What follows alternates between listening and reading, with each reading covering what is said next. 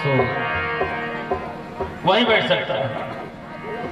करमचंद्र ने देखा कि भाई घर में भंडारा करवा रहा है, कीर्तन करवा रहा है, ब्राह्मण को बुलाया है, संत को बुलाया है, महात्मा को बुलाया है, तो कहा कि इस झंझट में हम पड़ने वाले नहीं हैं। अपना रूम में ऊपर चला गया, रूम में जाकर रूम को अंदर से लॉक कर दिया। फिर भी कीर्तन भजन का आवाज आ रहा था तो करमचंद्र ने कान में रुआ लगा लिया कि आवाज तक नहीं सुनना है हम। हाँ, कुछ अपने देश में ऐसे भी लोग हैं जो कुछ भी कर दीजिएगा लेकिन राम जी का जयकारी बोलने वाले नहीं, बहुत लोग हैं।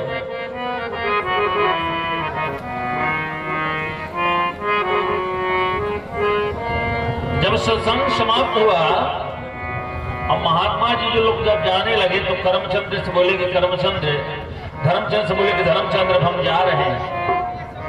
तो धर्मचंद्र ने कहा बाबा जिस काम के लिए हमने आपको बुलाया था वो तो हमारा काम हो गया नहीं किया। काहे बुलाए थे? तो भाई की मुक्ति के लिए बुलाए थे, भाई तो अबे नहीं किया, भाई तो अबे नहीं किया। मॉनिटर साहब बंद है।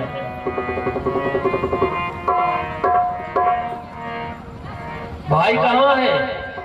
बोले भाई ऊपर के रूम में जाकर सो रहा है। महात्मा को बड़ी क्रोध आया कि हम लोग इनके घर आए हैं और ये भाई जाकर ऊपर सो रहा है। महात्मा जी जो थे गए, चलो दिखाओ कहाँ सो रहा है। गए तो अंदर से वो ताला लॉक किया था। तो महाराज को क्रोध आया, वो अंदर से ताला लॉक किया था तो महात्मा जी बाहर से ताला लॉक कर पड़े रहो इसमें। जब शाम हो गया, करमचंद्र को लगा कि अब चलकर भोजन करना चाहिए क्योंकि भूख लग गया था। तो अंदर से ताला खोला और गेट खोल रहा है कि बाहर निकलकर कुछ भोजन कर ले, तो गेट खुल ही नहीं रहा। वो कहता है दरवाजा खोलो, तो महात्मा जी कहते हैं एक बार राम नाम बोलो। वो कहता है दरवाजा खोलो, तो महात्मा जी कहते हैं एक बार राम नाम बोलो। करमचंद्र कहता है कि मर जाएंगे लेकिन राम नाम नहीं लेंगे। घंटों प्रयास हुआ, नहीं राम जी का जब नाम लिया तो महात्मा जी ने ताला खोल दिया और रूम के अंदर चले गए। मोटे तगड़े थे महात्मा, उसके गर्दन पकड़ लिए, मार रहे, फाइट से मार रहे। बोल राम बोल, बोल, फिर भी नहीं बोल रहा है। और मार रहे, बोलो राम बोलो, एक बार बोलो, नहीं बोल रहा है। महात्मा को लगा कि ये बोलने वाला नहीं है, अब इसको जोर से मारना पड़ेगा। सो दीवार में गर्दन दबाए, वो गर्दन को इतना तेज से दबाए कि लगा के मरिए जाएंगे, और कोई छुड़ाने वाला भी नहीं था। तो उसने कहा कि जब महात्मा मारिए डालेगा इससे अच्छा है कि एक बार राम कह दो, हम छूट तो जाएंगे। तो मजबूरी में आकर उसने एक बार राम कहा कि राम राम जय श्री राम कह दिया। महात्मा जी ने कहा चलो काम हो गया, अब हम लोग जा रहे हैं। चले गए लोग। करमचंद ने कहा कि बड़े भाई हो इसलिए मना नहीं कर रहे हैं, लेकिन अब अपने घर में कभी सत्संग पूजा होने वाला नहीं है। इसे सत्संग पूजा करवा रहे हो, हमको मरवा रहे हो। धर्मचंद ने कहा भाई तुम्हारे लिए कर रहे हैं। समय हुआ, धीरे धीरे संसार से सबको जाना है। आया है सो हो जाएगा, राजा रंग फकीर, और कोई सिंहासन चढ़ चला, कोई बांध जंजीर। हाँ, हमारे महाराज कहते थे कि काहे अभिमान रे, अरे तू नदान रे, काहे अभिमान रे, अरे तू नदान रे, 2 दिन की है जिंदगानी रे प्राणी, काहे कर अभिमान रे, 2 दिन की है जिंदगानी रे प्राणी, काहे कर अभिमान रे। काहे को अभिमान करना है? आगे समय अनुसार धर्मचंद्र की मृत्यु हुआ, धर्मचंद्र वैकुंठ लोक में चले गए। समय से करमचंद्र का भी मृत्यु हुआ, लेकिन करमचंद्र वैकुंठ नहीं गया, जमराज के दरबार में गया, पकड़ के लोग ले गए। अगर यमराज के दूतों से बचना है तो जो भागवत में भगवान नारायण ने मानव के लिए कहा है कि जिसके गले में तुलसी हो, जिसके माथे पर चंदन हो, जिसके आंगन में तुलसी हो, जिसके घर में शंख हो, जिसके घर में भजन होता हो, जो दिन में थोड़ा भी समय निकालकर अपने से श्रेष्ठ जनों का सम्मान करता हो, अतिथियों की सेवा करता हो, घर में भागवत का पाठ करता हो, गीता का पाठ करता हो, शास्त्र का पाठ करता हो, उसके घर पर कभी यमराज जी आने वाले नहीं। उनको पहले से बताया गया। ठाकुर जी की बड़ी कृपा, पहुंचा यमराज के यहाँ कर्मचंद्र, एक देवता है जिनका नाम है चित्रगुप्त, वासंधरम पृथ्वी नाम गोचरी दस्य भूत। हम लोग जो जो यहाँ करते हैं सबका वो फोटो बनाते रहते हैं। चित्रगुप्त जी महाराज, धर्मराज ने पूछा, यमराज ने धर्मराज ने पूछा, महाराज इसने क्या क्या किया है? भजन पूजा पाठ हवन योग जप साधना? बोले ना, कुछ नहीं किया। तो ले जाओ इसे नरक में डाल दो। नरक कितना प्रकार के है? 28 प्रकार का।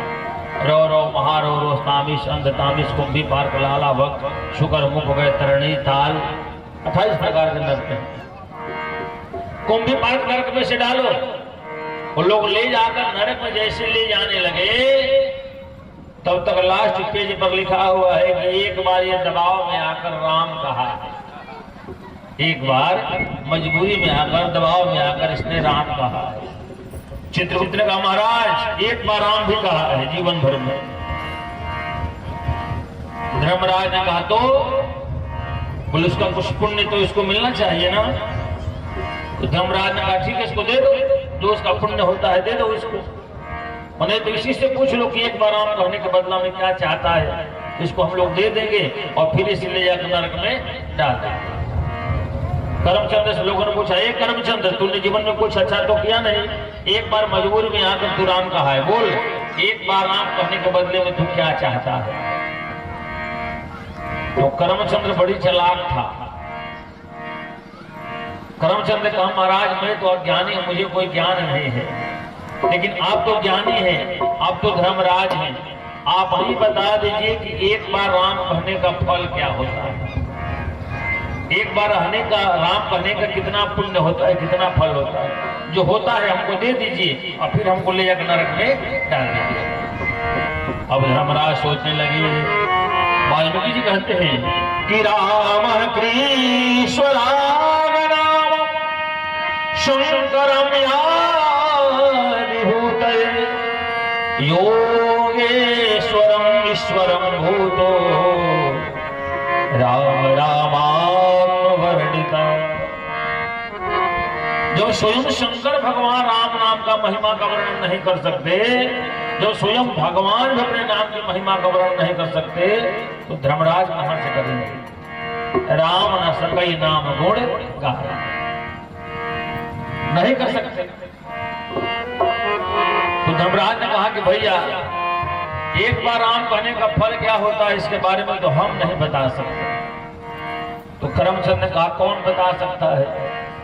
बोले धर्मराज कि हम लोग 10 लोग हैं जो इनके बारे में, महत्व के बारे में जानते हैं। उसमें पहला स्थान इंद्र देवता का आता है, जो देवताओं के राजा है, इसलिए हम नहीं बता सकते, शायद इंद्र देवता बता सकते हैं। तो करमचंद ने कहा तो धर्मराज ने कहा कि इंद्र देवता के पास चलना होगा, चलो इंद्र के पास। तो करमचंद ने कहा कि महाराज हम यहाँ से पैदल नहीं जाएंगे, बड़ी थक गए। तो कैसे जाओगे? तो करमचंद ने कहा ये आपका मजबूरी है, आपको राम नाम का महत्व बताना है हमको और फिर हमको नरक में डालना है, तो यहाँ से पैदल नहीं जाएंगे। कैसे जाओगे? तो अब आपके कंधे पर बैठ के जाएंगे। कहाँ बैठ के जाएंगे? आपके कंधे पर बैठ के जाएंगे, क्योंकि मजबूरी है धर्मराज को। अब करमचंद्र धर्मराज के कंधे पर बैठ गया और इंद्र के दरबार में पहुंचा। देवताओं के राजा इंद्र ने देखा कि कोई मानव प्राणी को स्वयं धर्मराज कंधे पर बैठा के ला रहे हैं, तो लगता है इसने बहुत सारा यज्ञ अनुष्ठान पूजा किया होगा। इंद्र ने कहा स्वागत है, स्वर्ग में आपका धर्मराज ये मानव प्राणी कौन सा ऐसा पुण्य कार्य कर दिया कि जिसको स्वयं आपको अपने कंधे पर उठा के लाना पड़ा? धर्मराज ने कहा प्रभु जो आप सोच रहे वो बात नहीं है, फिर क्या है? इसको कंधे पर लाने के पीछे क्या कारण है? तो धर्मराज ने कहा प्रभु इसने एक बार राम कहा है मजबूरी में आकर, दबाव में आकर, और जीवन में कोई भी अच्छा काम नहीं किया। ये पूछता है कि एक बार राम कहने का फल क्या होगा, पुण्य क्या होगा?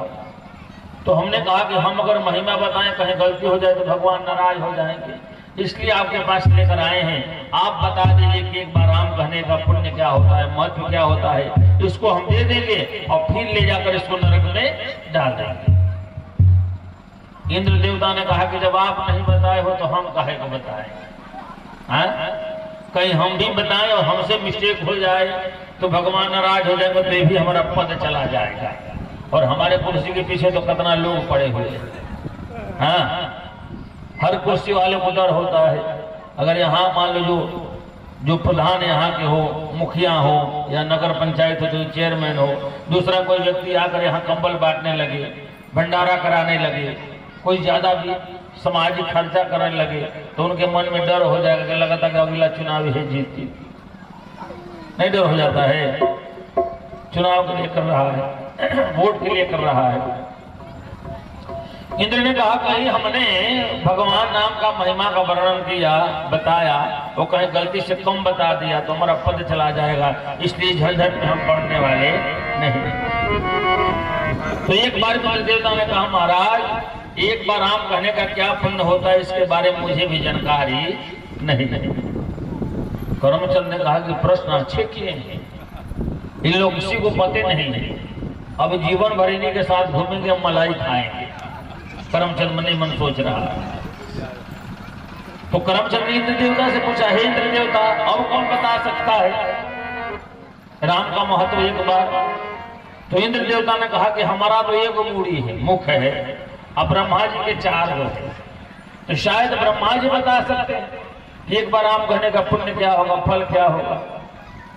तो चलो ब्रह्मा जी के पास। तो करमचंद ने कहा कि सुनिए कुछ हमारा भी नियम है, जैसे आप लोग का नियम है वैसे हमारा भी नियम है। बोले अब क्या तुम्हारा क्या नियम होगा? तो करमचंद ने कहा कि यहाँ से कंधा पर बैठ के नहीं जाएंगे, बड़ी हमको परेशानी हो रहा, कैसे चलोगे? तो बोला कि अब हमारे लिए वो सोना के पालकी मंगवाई और पालकी के अंदर हम बैठेंगे और दोनों लोग आप लोग का हार बनी उसकी और उठाकर हमको ब्रह्मा जी के पास लेकर चलिए। अब इंद्र देख रहे हैं धर्मराज को, धर्मराज देख रहे हैं इंद्र को, जीवन में पहला बार पालकी उठाना। पूरा संसार हम लोग को उठा के ले जाता है, हम लोग उसको उठवा के जाएगा, लेकिन चूंकि मजबूरी है ले तो जाना है। अब सो सोने के पालकी मंगवाया गया, मंत्री लोग, देवता लोग, द्वारपाल लोग करे हम उठा लेते। करमचंद कहता है ना ना, धर्मराज और इंद्र देवता यही दोनों लोग लेके जाए। गर्मी का दिन लोग पसीना पसीना हुए, पालकी में आराम से मस्ती में बैठ कर जा रहा है, अब मन ही मन सोचा कि अच्छा फंसाए हैं इन लोगों को। पहुंचे लोग लेकर ब्रह्मा जी के पास। ब्रह्मा जी जहाँ सदैव वेद ध्वनि होता है, जगदीश्वराय तुभ्यम नमामि, हे लक्ष्मीकांताय तुभ्यम नमामि, हे राम रामाय तुभ्यम नमामि, हे ईश्वराय तुभ्यम नमामि, जहाँ चारों ओर से ब्रह्मा जी सदैव वेद मंत्र बोलते रहते हैं। पहुंचे लोग, त्राहि माम प्रभु। ब्रह्मा जी ने आंख खोलकर देखा, स्वयं इंद्र देवता पालकी उठाए हैं, धर्मराज पीछे दिखाई दे रहे हैं। ब्रह्मा जी ने कहा लगता है ये मानव प्राणी हमारे लिए बहुत कुछ किया हुआ, हमारे लिए लगता है हजारों को दान किया होगा, लाखों भूमि का दान किया होगा, हजारों कन्याओं का विवाह कराया होगा, यज्ञ अनुष्ठान किया होगा, तब तो धर्मराज इंद्र देवता पालकी उठा कर ला रहे हैं। ब्रह्मा जी मने मन सोच रहे, स्वागत है ब्रह्मलोक में इंद्र देवता आपका, धर्मराज आपका। आइए, ये कौन मानव प्राणी है, इतना पुण्य कार्य कर दिया कि आप लोगों को पालकी उठा कर लाना पड़ा। इंद्र देवता ने कहा पितामह प्रणाम, लेकिन अगर इसके बारे में कुछ सोच रहे होंगे तो मत सोचिएगा। ब्रह्मा जी ने कहा मतलब इसने कौन सा पुण्य कार्य किया है? इंद्र देवता ने कहा कि हमको क्या पता क्या किया है, फंसाए तो हमको धर्मराज है। फंसाए। हाँ धर्मराज बताओ क्या हुआ? धर्मराज ने कहा महाराज अब तो पालकी ढोते ढोते कंधा पे उठाते हमारा भी हालत खराब है, क्या बताएं। एक कोई यज्ञ अनुष्ठान पूजा पाठ हवन योग जब साधना नहीं किया है, एक बार मजबूरी में आकर राम कहा है।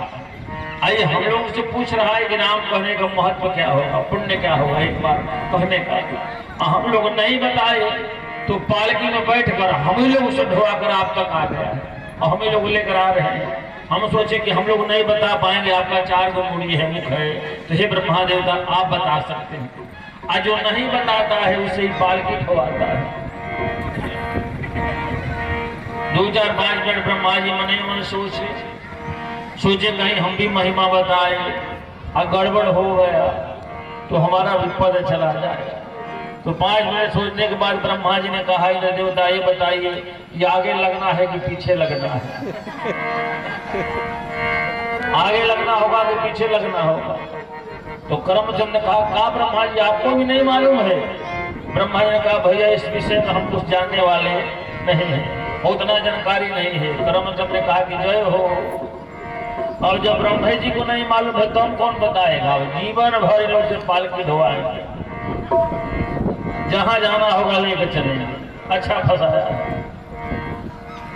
ब्रह्मा जी इंद्र देवता ने पूछा ब्रह्मा जी आप कोई उपाय लगाइए, आप वरदान देते हो, बड़ी काम करते हो देवताओं का।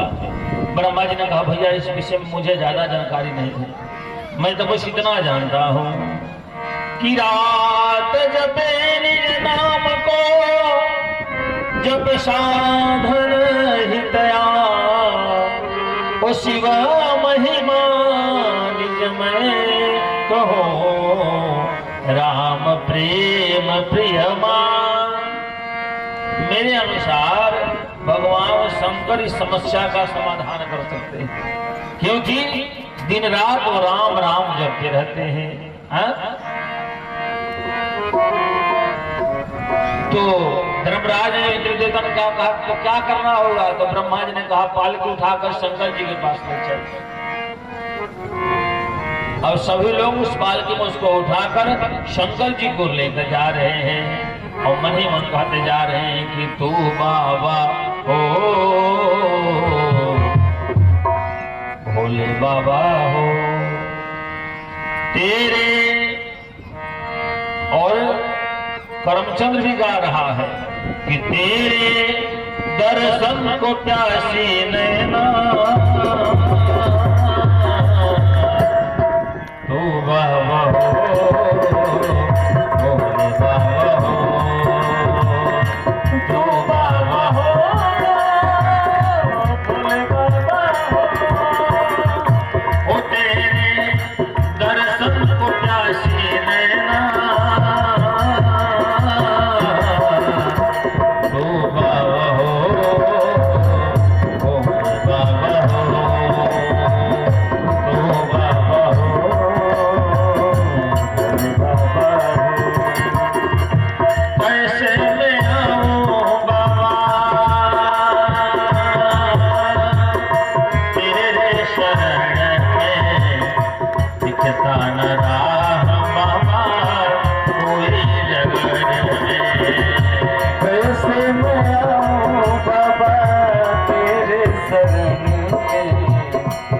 दिखता न राह बाबा कोई डगर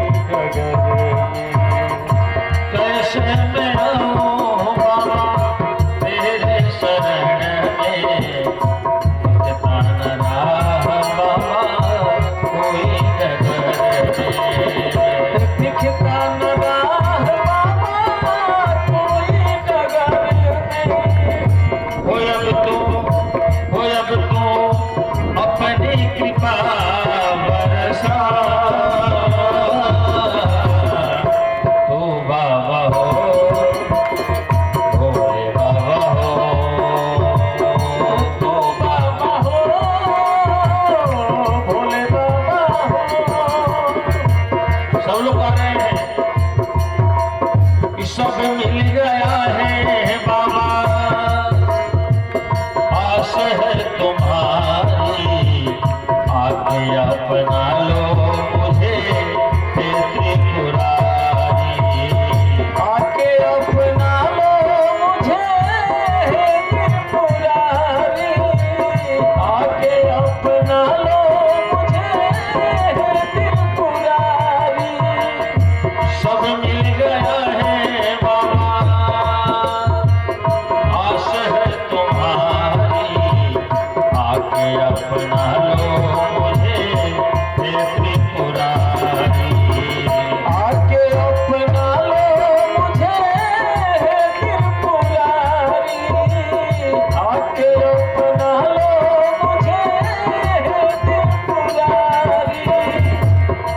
तो